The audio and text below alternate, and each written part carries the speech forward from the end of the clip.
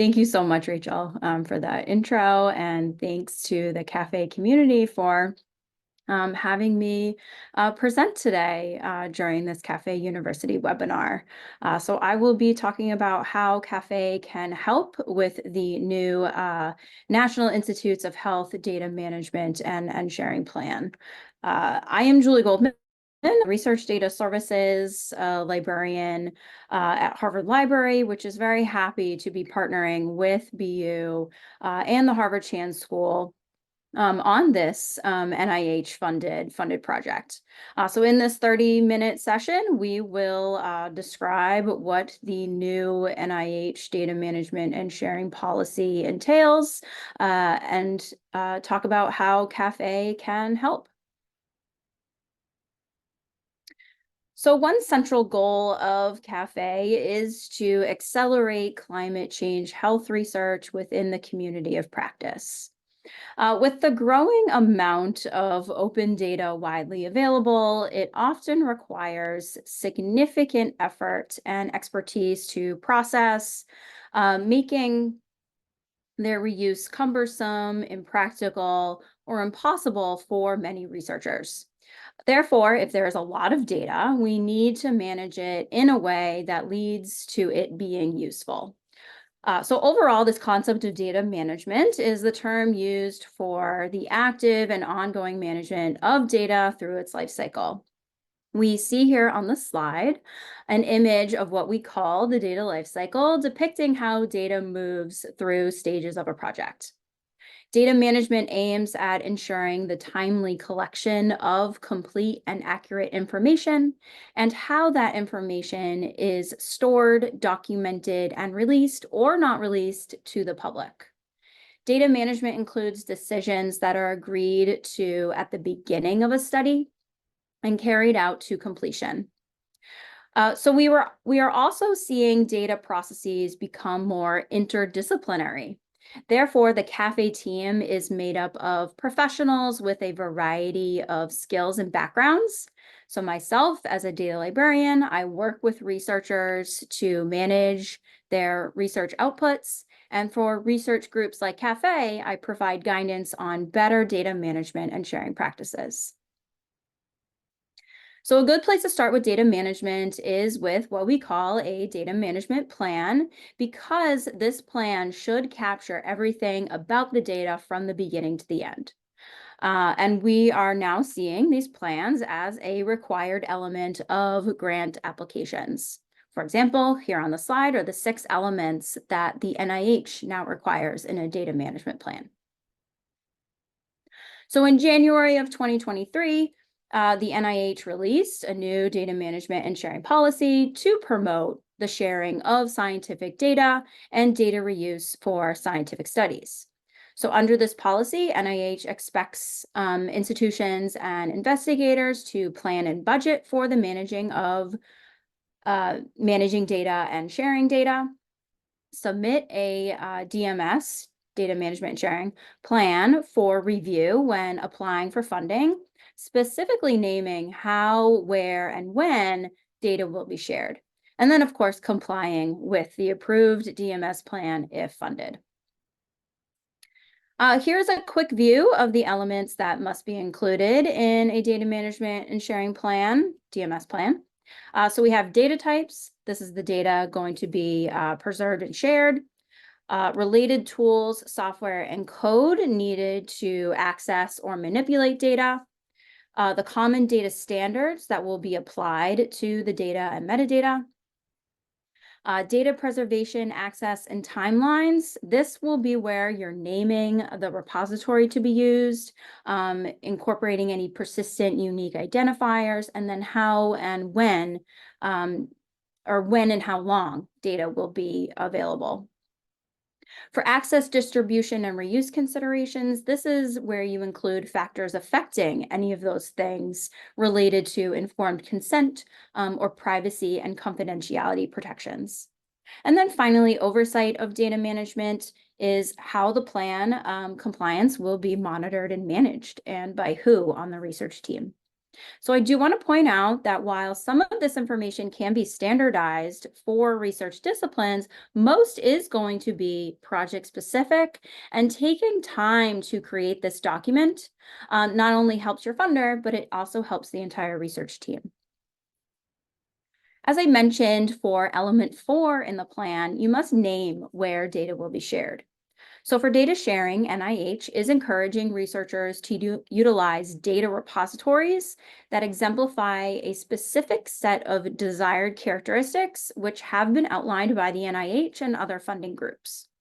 So these repository features aim to ensure that data are managed and shared in ways that are consistent with what we call the FAIR data principles, which I will define next.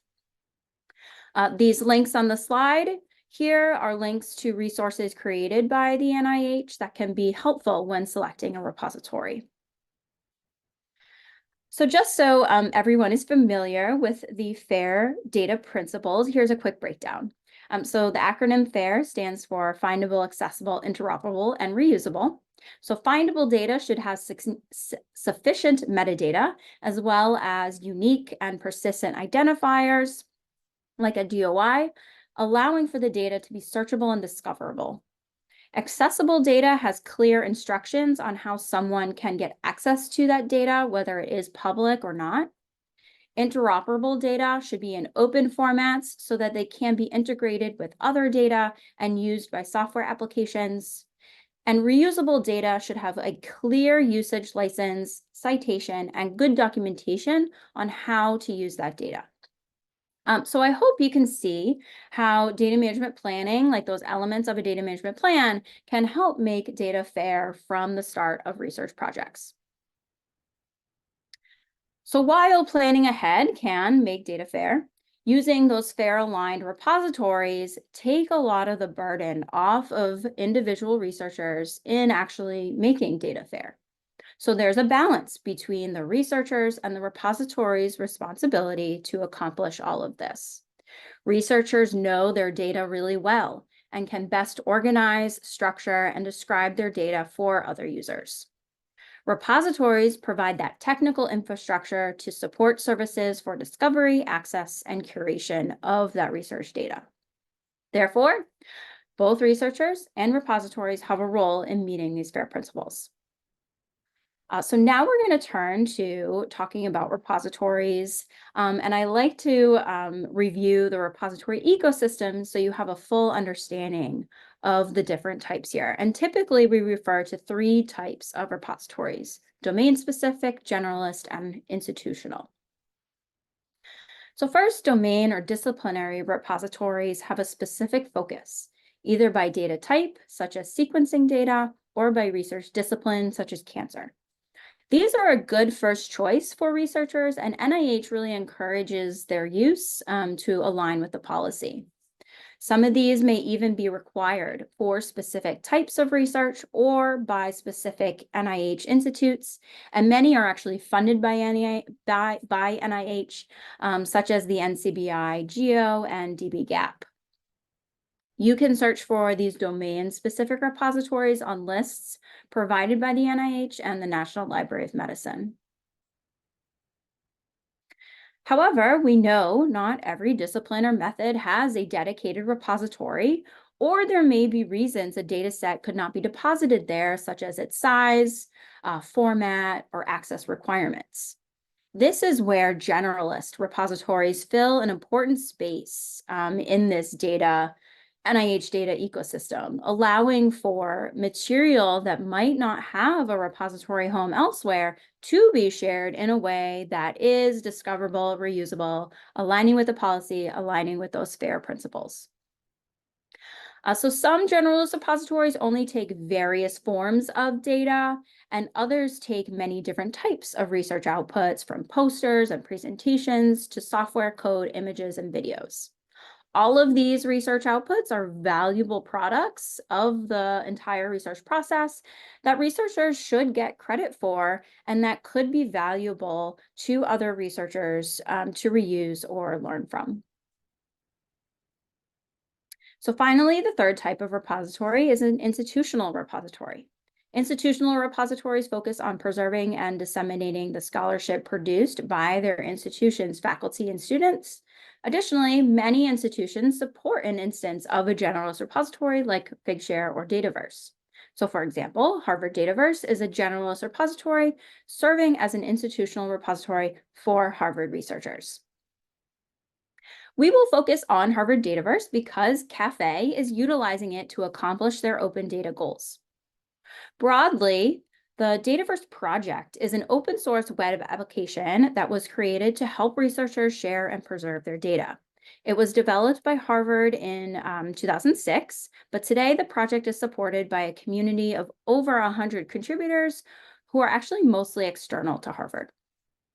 There are also approximately 12 releases of the software per year and over 100 installations of the software around the world. As I mentioned, Harvard Dataverse is a specific installation of the Dataverse software. And while it serves as an institutional repository for Harvard researchers, it is also a generalist repository that is free and open to any researcher regardless of their affiliation. This makes it an ideal repository for the CAFÉ community. So to align with that, with the NIH data management and sharing policy, Harvard Dataverse has created guidance for researchers planning to use the repository to share data. Overall, researchers should consider using a combination of repository features and data sharing best practices to address the elements in their DMS plan. So I have included a breakdown of this guidance in the slides, and the slides will be shared alongside the webinar recording. So I'm going to go over these next elements at a very high level, but please do feel free to dive into the specific guidance. So guidance on data types, focus on data formats supported by the platform. This part of your plan is going to be very project specific, as I called out earlier in the presentation. Guidance for element 2 encourages the deposit of research software and code produced to analyze data. So one example, and I'll just highlight here and we'll come back to it, but one example of this is to connect a GitHub repository to your Dataverse project, packaging both the data files and your code files together. Guidance on standards focuses on the 3 levels of metadata Harvard Dataverse supports: citation, domain specific, and file level metadata. Dataverse also supports custom metadata blocks that can be created and tailored for specific data types and domains. And the CAFÉ Dataverse is utilizing such blocks, including metadata about geospatial, computational workflows, and data sources. The Harvard Dataverse repository preservation policy outlines not only the repositories, but also the governing institutions, Harvard's, commitment to digital archiving and backup of all repository content. So this is where the guidance is more general to the repository being used, so it can be directly applied into your DMS plan. Researchers maintain complete control over their data in Harvard Dataverse. So guidance on access, distribution, and reuse really highlights the role researchers and authors play in the management of their own data on the repository platform. And finally, in element 6, you outline who is responsible for data management and sharing. While Harvard Dataverse is not a responsible party that may be named in a data management and sharing plan, you may want to use some of the curation services available, and in that case, those can be listed in your plan. So talking about those curation services, one final piece of the NIH data management and sharing policy is that investigators can request funds for this work. So reasonable allowable costs directly applied to the project may be included in your NIH budget requests.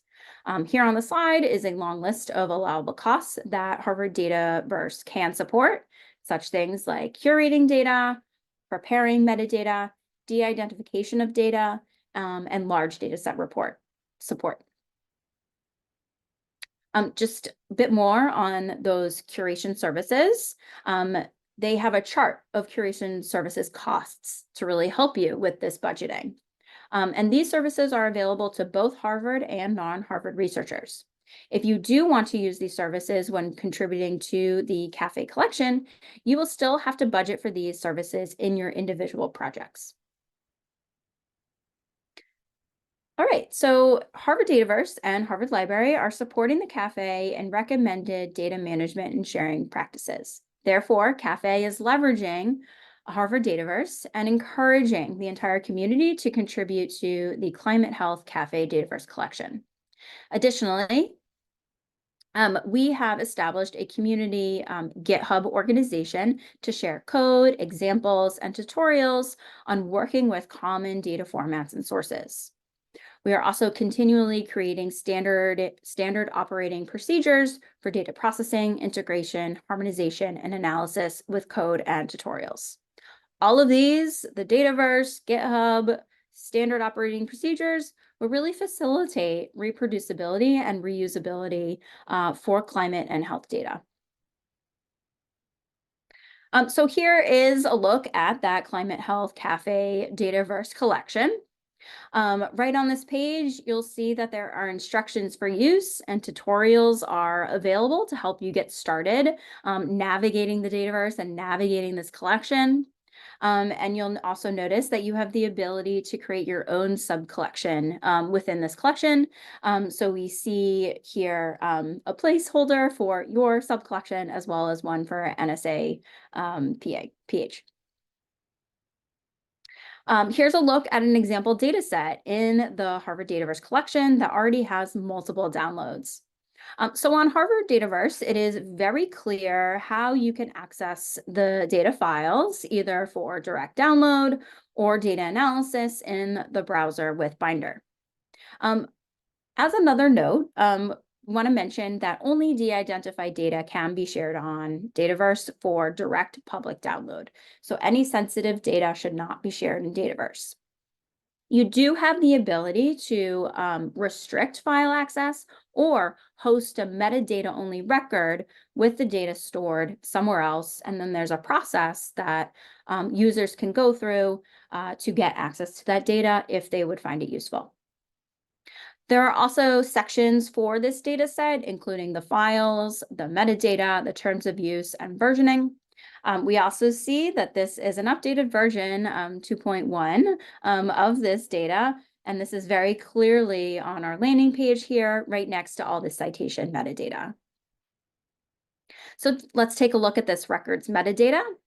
So in addition to including any metadata files that are required by software to read or interpret your data files, an important part of those FAIR data principles is to add descriptive metadata and unique identifiers where possible. So this example shows flexible metadata schema options for custom fields and metadata blocks. So we have that citation metadata, which is just the general information that is largely applicable to most data. We call it citation metadata because the primary purpose of these fields is to make it possible for others to cite your work and understand how they can use it. As I mentioned, the CAFÉ collection also employs domain-specific metadata, including blocks for geospatial, computational workflows, and data sources. Again, these can be employed directly into Element 3, the section on standards of your data management and sharing plan. Another resource on the CAFÉ GitHub is a list of data science and software tools for processing, linking, and analyzing climate change and health data. These can be employed directly into Element 2 of your data management and sharing plan. Recall that Element 2 of the plan outlines the tools, software, and code needed to access or manipulate that data. As I mentioned, Dataverse encourages the deposit of research software and code produced to analyze the data and the data shared. And it is really recommended to share your code on GitHub and that you also connect that GitHub repository to your Dataverse collection, again, packaging the data files and code files together in one place for a holistic view of that project. So Leveraging Harvard Dataverse and the CAFÉ team's expertise with climate and health data, we have provided a NIH data management and sharing plan template for the CAFÉ community. You can find this document right on the GitHub page. This document combines the key data management and sharing elements we have reviewed in this webinar, and will align your project with the CAFÉ while also in compliance with NIH policies and Harvard Dataverse requirements. So you are really encouraged to copy this language and use it in your plans. Please just review what you are copying to ensure that it does in fact align with your individual research projects. And if you do have any questions, please feel free to reach out to the team who will either guide you through this guidance or with Harvard Dataverse directly. So putting this all together, it is very likely that you are already applying data management strategies, yay! So I leave you with some final tips and thoughts on planning for data management and sharing. Data management is iterative, and it is part of the entire research process. As your research changes, your plan should too. Therefore, your data management plan should be considered a living document, so keep it up to date throughout the project. You should be developing a data management plan with everyone on the team before beginning a study. And again, the size and content of your data will ultimately, determine how it is organized, saved, prepared, shared, etc. And any documentation is better than no documentation. So just a reminder for the goals of the CAFÉ data management function, and also a call for community participation in these ways. So you can support CAFÉ by sending us commonly used climate and health data and linkages for curating and processing into this collection to make it more robust. Use and adhere to the CAFÉ NIH data management and sharing plan template that I reviewed. Deposit and share your own data and code in the Climate Health CAFÉ Dataverse, and of course, reuse data within the collection. So that concludes my part of the webinar on how CAFÉ can help with the new NIH data management and sharing plan. Thank you for your time and attention. I'm happy to take any questions on data management and sharing, Harvard Dataverse, or the CAFÉ data management resources.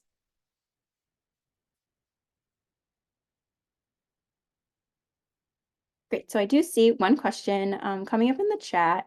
In the DMSP, should we propose to share raw data or processed analytic data sets? That is a wonderful question. So ultimately, you should be sharing any data that underlies the work of your research. So I say work in general because NIH actually defines research, scientific data to support any research work, regardless of a publication. So typically when we're thinking of sharing data, we're sharing data tied to the underlying findings in a publication. So we definitely want to be sharing data that supports any of the conclusions and findings you are sharing within published work. However, if some of your work leads to robust data sets that may just be of value to the research community, you should be sharing those as well. Perhaps you haven't had time to, publish on them during the grant funding time, or again, you would just find that they would be useful to the research community. Those should be shared as well.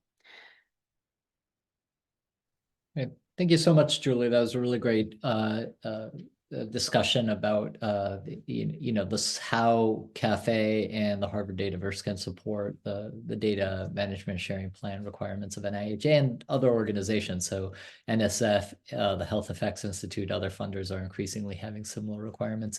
Can I just ask you a couple rapid fire questions that, yeah, you touched on all of these, but people may have missed it in sort of thinking through it. Go ahead. Okay, so I want to share my data, but I'm afraid people won't, I won't get credit for people just sort of take my data and run. Is there any mechanism for citing the data? Yeah, so that's in that citation metadata that I talked about with Harvard Dataverse. So most repositories should collect this require this information upon deposit. So you have to provide, who the author is, a title of the data set, when the data set was generated, and the repository will give you that unique identifier pointing directly to your data set. So think of that, that's your DOI, digital object identifier. We tend to think of, citing direct publications and research articles. We need to think about citing data sets in the exact same way. So using that generated citation given to your data set by a repository, that's just, good scholarship and good research practice. So we need to make that the standard. Excellent, thank you. And one more. So CAFÉ was initially funded for a 3-year period. Will is the Harvard Dataverse going to go away if this project isn't refunded, and am I going to have to find a new repository? Yeah, so another great question. So again, most repositories will have a dedicated policy to long-term preservation, how you can get your data out of the Dataverse for some reason. And then, yes, what would happen if they were to be unfunded? What would happen? So again, most repositories use systems in place like clocks. Lots of copies keep things safe. So there's multiple copies of your work stored in many different locations. So as servers go down in one, part of the country, there's servers backed up in another part of the country that would still be going. And then also thinking about how you can get your stuff out.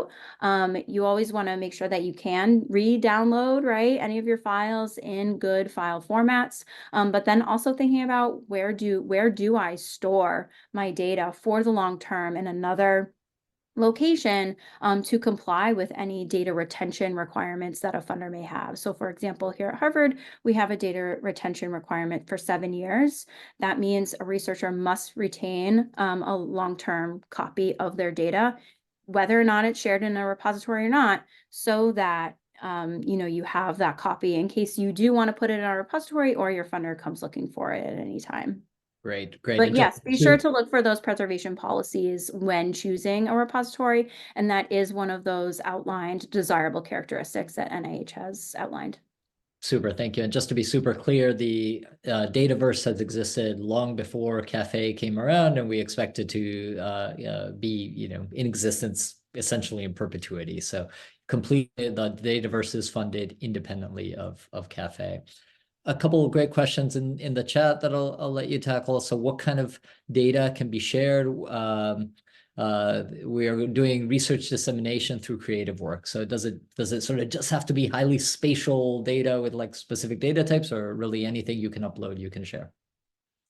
So with Dataverse, any kind of data files you want to upload and share is great. I do say data files because, as I mentioned, there's some other research outputs that you may be interested in sharing, and those might be more suitable for another generalist repository. So thinking of things like posters or visuals, those would be better suited for another repository, but you can always connect all of your research materials together. Okay, great. Thank you. Another great question about, so can you update data? So is there, how much, talk a little bit more about version control. So I have version 0, version 1, version 2 of my data set, and how sort of maybe what's the lag between the time I can update the data and it becomes available to the world? Yeah, great question. So versioning, I believe, happens, instantaneously anytime you do update your data set. So we did see in that example that data set that I showed had a version 2.1, and that gets really granular into what kind of updates you can do. So, moving from, version 1 to version 2 would mean that there's a whole new data file that has been uploaded to that data set. A point version, so we see version 2.1, that probably means just maybe the metadata related to that data set has been updated. So you can get pretty granular on what you're updating with your data set. And I also do want to mention that you can't actually delete anything from the Dataverse. You can deaccession data, which means your metadata record remains online. So people can know that this data did exist at some point, but you can't officially remove anything from the repository. That's just important to know. Okay, great. And last one I see on there is, are there additional resources for training or learning how to comply with the DMSPs, either from Harvard or publicly online? Yeah, that's a wonderful question. So I'm actually really excited someone asked that. So as a data librarian, I offer a lot of data management training, basically on a lot of the topics that I just talked about. Those are open to the research community, the wider research community. So I hope you will find those and join me either online, or if you're a Harvard person, you can join us in person. But we have lots of online training available to the research community. And thanks, Elaine. I can't find the link right now, but we will definitely include a link so you can join us. Thanks. Thank you. Rachel, back to you. Thanks, everyone. I think that's a wrap on our first CAFÉ University webinar. Thanks so much to the presenters, Greg, Julie, and Ellen. This was an incredible way to kick it off. I would encourage everybody to keep an eye out for upcoming CAFÉ University webinars, and lots of other stuff that's going on our CAFÉ webpage, LinkedIn, and the other social media sites that were linked to earlier in the webinar. Thanks again for joining. Greg, any final words from CAFÉ PIs? No, just thank you so much for Rachel and your team for organizing this. Thanks again to Elaine, Lily, and Hannah, as always, for all the support. And to the community, if you have ideas on anything that you'd like to hear about, we are here to support the community of practice, which is you all. So please send us by email or join our Slack and just tell us what you need so that we can better serve you. And with that, have a great weekend. Thanks, everybody.